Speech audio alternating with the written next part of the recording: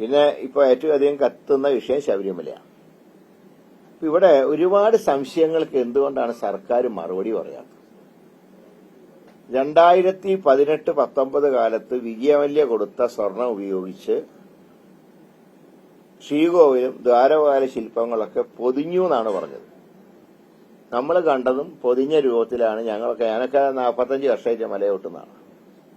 സ്വർണം പൂശും, നിങ്ങൾക്കറിയാലോ, സ്വർണം പൂശുന്നതും പൊതിയുന്നതായിട്ട് വ്യത്യാസമുണ്ട്. പൊതിയുന്ന ഇങ്ങനെ വെച്ച് പിടിപ്പിക്കുകയാണ് ഒറിജിനലായിട്ട്. അപ്പൊ അങ്ങനെ പിടിപ്പിച്ച സ്വർണം എന്തിനാണ് അടർത്തിയെടുത്ത് ചെന്നൈയിലേക്ക് അയച്ചെന്തിനാ? ഒന്ന്, ആ ദ്വാരപാല ശില്പം ഒക്കെ നിലനിൽക്കുന്ന സ്ഥലം എന്ന് പറയുന്നത് അങ്ങനെ ഒരു എന്താണ് വെയിലോ മഴയൊന്നും അടിക്കാത്തൊരു സ്ഥലമാണ്. പിന്നെ സ്വർണത്തിന് അങ്ങനെ വെയിലും മഴയേറ്റാലും അങ്ങനെ മാറ്റു പറയുമെന്ന് എനിക്ക് അറിഞ്ഞുകൂടാ.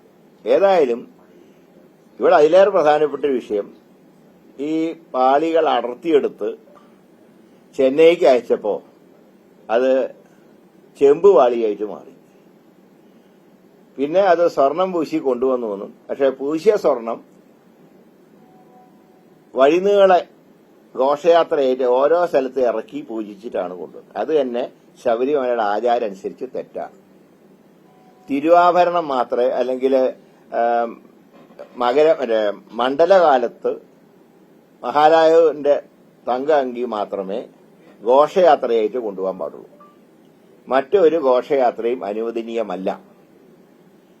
ഇദ്ദേഹം ഇതൊക്കെ പൂജിച്ചിട്ട് ഇതൊക്കെ പണി ചെയ്ത് നേരെ ജയറാമിന്റെ വീട്ടിൽ കൊണ്ടുവന്ന് ജയറാം തന്നെ സമ്മതിച്ചു.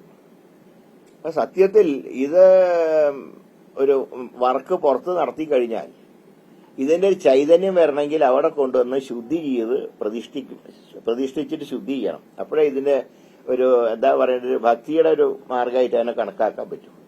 പക്ഷെ ഇത് പണിയൊക്കെ കഴിഞ്ഞ് തട്ടിമുട്ടി കഴിഞ്ഞത് അങ്ങനെ കൊണ്ടുവന്ന് പൂജ നടത്തിയിട്ടാണ് ക്ഷേത്രത്തിലേക്ക് കൊണ്ടുപോകുന്നത്. അതും തെറ്റ്.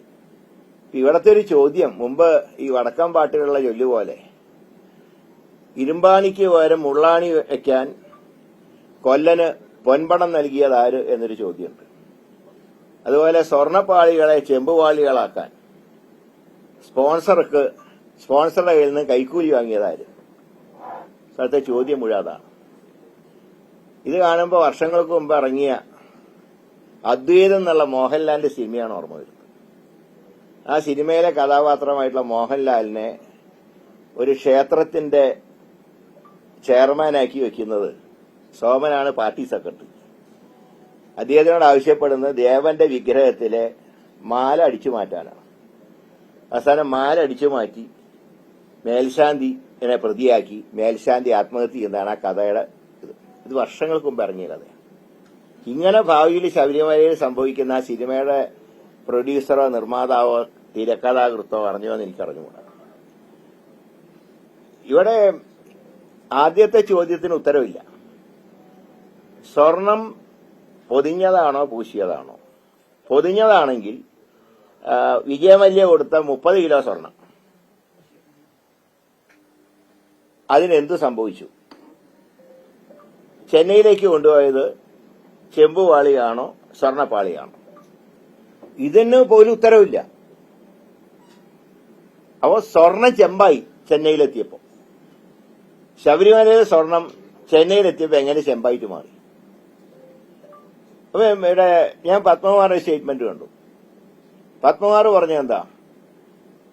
എന്നോട് ചോദിക്കേണ്ട, ഉദ്യോഗസ്ഥന്മാരോട് ചോദിക്കണം.